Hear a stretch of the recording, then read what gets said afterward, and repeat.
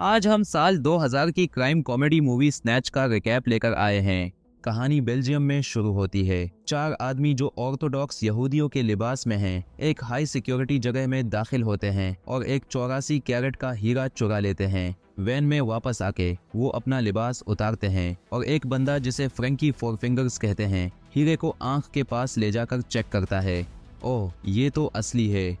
अब फ्रैंकी को सामने बैठे हुए आदमी ने, जो रॉबरी का हिस्सा था, बताया कि अगर उसे लंदन जाकर बंदूक चाहिए हो तो एक नंबर पर कॉल करे।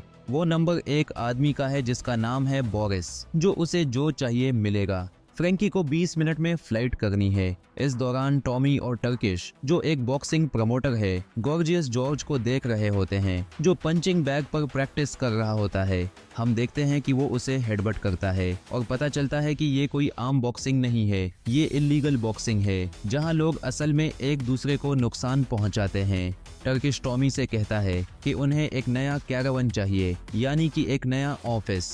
देखो इसे, मैं इस चीज से कैसे काम चलाऊं। तो वो टॉमी को कैरावन लेने भेजता है। कहता है कि उसे कैरावन्स का पता है क्योंकि उसने गर्मियों की छुट्टियों में एक कैरावन में टाइम गुजारा था। टर्किश टॉमी को 10,000 देता है नए कैरावन के लिए। जब टॉमी पैसे रख रहा होता है, टर्किश उसकी पैंट में एक बंदूक देखता है। टॉमी कहता है कि ये प्रोटेक्शन के लिए है और उसने ये बोरिस द ब्लेड से ली है, यानी कि Boris the sneaky Russian. Tommy का इंटरेस्ट बंदूक में इसलिए बड़ा है क्योंकि इल्लीगल बॉक्सिंग की दुनिया में जल्दी या देर से उसे एक खतरनाक आदमी का सामना करना पड़ेगा जिसका नाम है ब्रिकटॉप, जो लोगों को सुअरों को खिला देता है। अगर तुम इस बंदे के कर्ज में हो तो इसका मतलब है तुम उसकी जेब में हो, और अगर एक बार उसकी जेब में चले गए वापस नहीं निकलते। ब्रिकटॉप को सुनने को मिलता है कि गॉर्जियस जॉर्ज अच्छा फाइटर है, तो वो उसे यूज करना चाहता है। वो टर्किश के साथ चलते हुए एक सुअरों के बाड़े में बात करता है, जहां वो सुअरों को, तुम समझ गए ना, खिला रहा होता है। मुझे नीचे मत गिराना, मुझे फेल मत करना, अपने बंदे का ख्याल रखना। अब हम मिलते हैं डग द हेड से, जिसे सब जानते हैं। अगर बात पत्थरों की हो और वो चोरी के हों, डग ही बंदा है जिसके पास जाना है। वो फोन पर बात कर रहा होता है एवी से। एवी उसका कजिन है। एवी बताता है कि फ्रैंकी उससे मिलने आ रहा है ताकि वो डायमंड बेच सके। कहीं और फ्रैंकी बोरिस से मिलता है एक नई बंदूक के लिए। बोरिस उसे बंदूक देता है एक एहसान के बदले में कि फ्रैंकी बोरिस के लिए एक इल्लीगल बॉक्सिंग मैच पर बेट लगाए। बोरिस को पता है कि फ्रैंकी को जुए का शौक है और उसका प्लान ये है कि वो कुछ लोग हायर करे जो डायमंड चुरा लें ताकि शक उस पर न आए। टॉमी उस एड्रेस पर जाता है जो टर्किश ने दिया था ताकि नया कैरावन ले सके। प्रोटेक्शन के लिए वो गॉर्जियस जॉर्ज को भी ले जाता है। वो मिलते हैं एक बंदे से जिसका नाम है मिकी। जैसे ही गॉर्जियस कार से निकलता है, मिकी उसकी साइज का कमेंट करता है, ये तो बड़ा आदमी लगता है।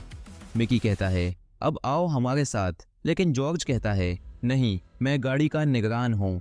डील तय हो जाती है, मगर जैसे ही टॉमी और जॉर्ज ड्राइव करते हैं, कैरावन के पहिए निकल जाते हैं और जो कुत्ता डील में फ्री में मिला था वो कार की विंडो से कूद जाता है। टॉमी और मिकी बाद में बात करते हैं। टॉमी रिफंड चाहता है। मिकी कहता है, डील ये थी कि जैसा देखा वैसा खरीदा।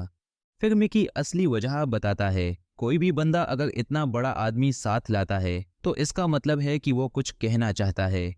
आयरॉनिक बात यह है कि जॉर्ज को प्रोटेक्शन के लिए लाया गया था, लेकिन उसकी वजह से वो लोग स्कैम हो गए। जिंदगी अजीब चीज है। मिकी कहता है कि अगर पैसे चाहिए तो फाइट करनी पड़ेगी, तो वो गॉर्जियस जॉर्ज का सामना करता है एक नंगे हाथों वाली लड़ाई में। जॉर्ज एक ही पंच में नॉकआउट हो जाता है। पता चलता है कि मिकी एक बेयर नकल बॉक्सिंग चैंपियन है। जॉर्ज जमीन पर बेहोश पड़ा होता है। अगर वो चंद मिनट में न उठा तो टॉमी को लगता है कि उसे उसी के साथ दफनाया जाएगा। जिप्सी लोग ये नहीं बताएंगे कि बंदा कैसे मरा, वो तो बस दोनों को दफना के आगे बढ़ जाते हैं। कहीं और बोरिस सॉल से बात करता है और उसे एक काम ऑफर करता है। विनी एक कुत्ते के पीछे भागता हुआ दिखाई देता है जो जिप्सी डील के दौरान फ्री में मिला था। जिप्सी लोग हर डील में कुत्ते डाल देते हैं। बोरिस सॉल को 50,000 ऑफर करता है आधे दिन के काम के लिए। काम ये है कि बुकीज को लूटना है जहां फ्रैंकी बेट लगाने जा रहा है। अब विनी, सॉल और टायरॉन, जो उनका गेटअवे ड्राइवर है, बुकीज की तरफ ड्राइव करते हैं। विनी के पास अभी भी वो कुत्ता है जो दोबारा जिप्सी कैंप में चला गया था। जब वो लोग पार्क करने की कोशिश करते हैं, टायरॉन एक वैन से टकरा जाता है जिसमें फ्रैंकी होता है और उसके पास वो ब्रीफकेस जिसमें वो हीरा है। कुत्ता सॉल के कोट को खींचता है। उसे डिस्टर्ब करने के लिए उसे एक स्क्विकी टॉय दे देते हैं। विन्नी कहता है, डॉग डोंट स्नैच। वही मोमेंट है, मूवी का नाम यहाँ आता है। कुत्ता वो टॉय पूरा का पूरा निगल जाता है वापस टॉमी और टर्किश की तरफ। टर्किश टॉमी को डांटता है कि जॉर्ज को फाइट में क्यों डाला, जबकि 2 दिन बाद उसे ब्रिकटॉप के लिए लड़ना था। लगता है जॉर्ज फिर भी उठ गया है। अब वो प्लान बनाते हैं कि नए फाइटर के तौर पर मिक्की को यूज करें। वो मिक्की के पास जाते हैं और 10,000 ऑफर करते हैं। मिक्की मना कर देता है। मिक्की कहता है कि वो सिर्फ उस कंडीशन पर लड़ेगा अगर उसे एक कारवैन मिले जो वो अपनी माँ को देना चाहता है। वो एग्री कर जाते हैं। टर्किश ब्रिकटॉप के पास जाता है और कहता है कि फाइटर चेंज कर दिया गया है। टर्किश ब्रिकटॉप से बात करता है और कहता है कि उन्होंने गॉर्जियस जॉर्ज को खो दिया है। ब्रिकटॉप नाराज होता है और टर्किश को कहता है कि उसका नया आदमी चौथे राउंड में गिरना चाहिए। अब टर्किश उसका कर्जदार है, मतलब अब वो उसकी जेब में है। मतलब हाँ, सही समझा, अब वो कभी भी आज़ाद नहीं हो सकता। अब तो समझ गया होगा ना टर्किश। एवी फोन पे डक से बात कर रहा होता है। डक कहता है कि वो फ्रैंकी से बाद में मिलने वाला है, लेकिन पहले वो एक बॉक्सिंग मैच अटेंड करेगा जहां पहले से बैटिंग चल रही होगी। याद रहे, फ्रैंकी को जुए की आदत है और उसके पास वो स्टोन भी है। ये सुनकर एवी फौरन लंदन के लिए प्लेन पकड़ता है। वो और डग मिलकर फ्रैंकी को ढूंढने निकल पड़ते हैं। इस बीच विन्नी, सॉल एंड टायरॉन एक बुकी के बाहर फ्रैंकी का इंतजार कर रहे होते हैं, ये जाने बगैर कि फ्रैंकी उस वैन के पीछे अटका हुआ है जिससे उन्होंने टक्कर मारी थी। उन्हें एक आदमी दिखाई देता है जो ब्रीफकेस के साथ बुकीज में जा रहा होता है, तो वो अपना प्लान शुरू कर देते हैं। मास्क पहनते हैं, गन निकालते हैं। सब कुछ खराब तब होता है जब काउंटर पे बैठी औरत उन्हें बताती है कि पैसे नहीं हैं क्योंकि सब बेट्स बंद हो चुकी हैं। वो एक बटन दबाकर मेटल शटर नीचे गिरा देती है और सेफ हो जाती है। जब वो भागने की कोशिश करते हैं तो पता चलता है कि वो बाहर नहीं जा सकते। अलार्म बज रहा है, डोर खुलता नहीं है क्योंकि वो सिक्योरिटी डोर है। जाने से पहले वो आदमी जिसको वो ब्रीफकेस वाला समझ रहे थे, उसके 5 उंगलियां हैं। फ्रैंकी 4 फिंगर्स तो वो नहीं है। थक हार के वो नीचे गिर जाते हैं, मास्क उतार देते हैं। टायरॉन आता है और डोर खोलता है। विन्नी और सॉल भागकर गाड़ी में लौट जाते हैं, लेकिन जाने से पहले टायरॉन देखता है कि फ्रैंकी 4 उंगलियों वाला आदमी वैन से निकल रहा होता है। टायरॉन उसे नॉकआउट करता है, उसे गाड़ी में घुसा देता है और वो लोग निकल जाते हैं। अब बोरिस विन्नी और सॉल के पास आता है और देखता है कि उनके पास फ्रैंकी है, लेकिन वो ब्रीफकेस नहीं ले सकता क्योंकि वो उसके हाथ से बंधा हुआ है। विन्नी बोरिस का नाम ऊंची आवाज में बोल देता है, जबकि फ्रैंकी को उसका नाम पता नहीं चलना चाहिए था। तो बोरिस गन निकालता है और फ्रैंकी के सिर में गोली मार देता है। स्टोन दे मुझे, केस में है। बोरिस एक बड़ा बचर नाइफ निकालता है जो वो वैसे ही लेकर घूम रहा होता है। फ्रैंकी का हाथ काट देता है, ब्रीफकेस लेकर बॉडी छोड़ देता है। दूसरी तरफ फाइट के दौरान मिक्की, जिसे चौथे राउंड में गिरना था, अपने ओपोनेंट को नॉकआउट कर देता है। ब्रिकटॉप का गुस्सा घूमने लगता है। टर्किश कंट्री छोड़ने की कोशिश करता है, लेकिन उसके पास पैसे नहीं हैं। सेफ में पैसे हैं जो उसके ऑफिस में हैं। वो सेफ तक भी नहीं पहुंचता कि ब्रिकटॉप और उसके लोग वहां पहुंच जाते हैं। वो टर्किश के पैसे ले लेते हैं और जाने से पहले कहते हैं कि वो टर्किश का फाइटर फिर से चाहिए, चौथे राउंड में गिरने के लिए। इस बार वो सीरियसली कह रहा होता है। टर्किश के पास और कोई रास्ता नहीं होता, तो वो और टॉमी मिक्की के पास कैंप साइट जाते हैं कि वो फिर से उनके लिए लड़े। ब्रिकटॉप अब उस आदमी को ढूंढ रहा होता है जिसने उसके बुकीज लूटे, विन्नी और सॉल। वो 2 बेहुदा लोग जो सोजू जैसे बिहेव कर रहे थे, ढूंढो उन्हें आज ही। मिक्की कहता है कि वो फाइट करेगा बिना किसी पैसे के, लेकिन टर्किश को पहले बेट लगानी होगी। अगर डॉग्स चेज के दौरान रैबिट को पकड़ लेते हैं या नहीं। अगर टर्किश बेट हारता है तो उसे मिक्की के लिए कारवैन खरीदना पड़ेगा। टर्किश बेट लगाता है कि डॉग्स रैबिट को पकड़ लेंगे, लेकिन रैबिट भाग जाता है और डॉग्स उसे नहीं पकड़ पाते। अब टर्किश को कारवैन लेना पड़ेगा। जाते हुए टॉमी कहता है कि ये कितना उल्टा है, हम तो मिक्की से कारवैन खरीदने आए थे, ये सब कुछ बहुत उल्टा सीधा चल रहा है। उम्मीद है आप अब तक फॉलो कर पा रहे हैं, क्योंकि अभी मूवी आधी भी नहीं हुई है। अब ब्रिकटॉप विन्नी और सॉल को ढूंढ लेता है। तब जब वो फ्रैंकी की लाश निकाल रहे होते हैं, ब्रिकटॉप कैजुअली उन्हें बताता है कि डेड बॉडी से छुटकारा कैसे पाना चाहिए, उसे सुअरों को खिला दो। उसके बाद वो उन्हें बॉडी बैग्स में डाल देता है। शुक्रिया, ये सुन के दिल हल्का हो गया। अपनी जान बचाने के लिए सॉल ब्रिकटॉप को कहता है कि वो उसके लिए एक डायमंड लाएगा, इतना बड़ा जैसे घर हो। ब्रिकटॉप कहता है उनके पास 48 घंटे हैं। अब एवी और डग फ्रैंकी को ढूंढने में नाकाम एक बाउंटी हंटर के पास जाते हैं, बुलेट टूथ टोनी, जिसका इंट्रो हिलेरियस भी है और थोड़ा स्कैरी भी। जब वो उससे मिलते हैं, कहते हैं कि फ्रैंकी को आखिरी बार बुकीज के पास देखा गया था। टोनी एक आदमी मलेट को ढूंढता है और थोड़ा प्यार से उससे इन्फॉर्मेशन निकलवाता है। मलेट टोनी को बताता है कि बुकीज किसने लूटे। टोनी और एवी सॉल को ढूंढ लेते हैं। सॉल बताता है कि ये सब बोरिस द ब्लेड के कहने पर हुआ। टर्किश ब्रिकटॉप को कहता है कि मिक्की फाइट तभी करेगा जब उसके लिए उसकी माँ के लिए कारवैन खरीदा जाए, लेकिन टर्किश के पास पैसे नहीं हैं। ब्रिकटॉप ले गया सब। तो मिक्की को लड़ने पे मजबूर करने के लिए ब्रिकटॉप मिक्की की माँ का कारवैन जला देता है, जबकि वो उसमें सो रही होती है। अगला दिन टर्किश और टॉमी मिक्की के पास जाते हैं, उसे फिर से लड़ने के लिए कहने। जलते हुए कारवैन के सामने खड़े टर्किश कहता है सॉरी।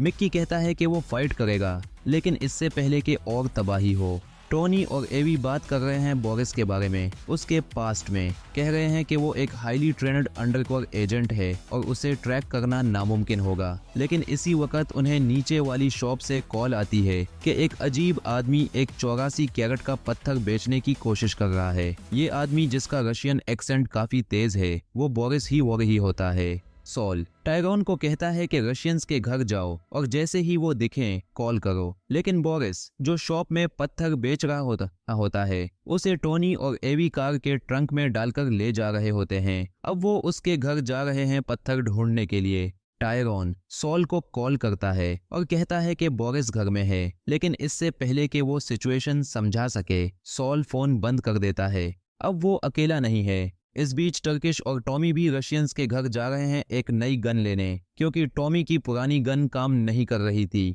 टोनी और एवी घर से निकलते हैं। बोरिस अभी भी ट्रंक में होता है। विन्नी, सॉल और टायरॉन अपनी कार में उनका पीछा करते हैं। अब विन्नी और एवी बात करते हैं कि बोरिस को कैसे मारना चाहिए। विन्नी और साउल डिस्कस करते हैं कि क्या उनकी गन्स, जो कि रेप्लिकाज हैं, असल में काम करती भी हैं या नहीं।